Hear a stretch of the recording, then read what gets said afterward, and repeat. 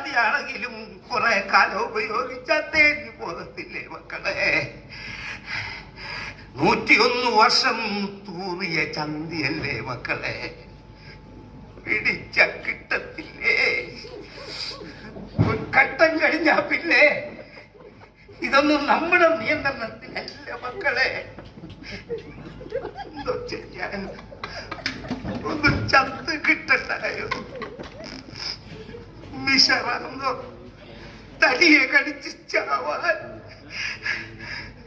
നോക്കണവര് വശം കെടുവെന്നൊക്കെ അറിയാം. പിന്നെ അവനവന്റെ ഫലവും മൂത്രവും ഒക്കെ ഒരു ശീലമായി കഴിഞ്ഞാ പിന്നെ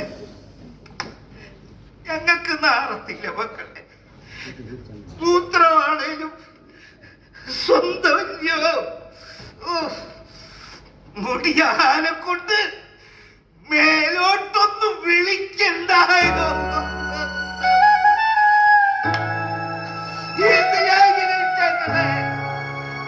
മക്കൾക്കും ഭൂമിക്കും ഭാരമായിട്ട്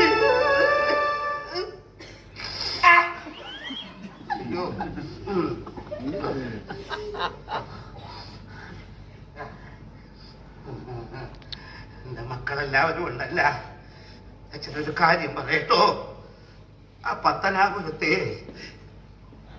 ഗാന്ധി ഭവനുണ്ടെന്ന് കേട്ടേ. പ്രായമായവരൊക്കെ മാന്യമായിട്ട് നോക്കുമെന്നാ കേട്ടതേ. മക്കളതൊന്ന് അന്വേഷിക്കണം. എന്നിട്ട് പോകുന്നതിന് മുമ്പേ അച്ഛനെ അങ്ങോട്ടൊന്ന് ആക്കിയേക്കണം.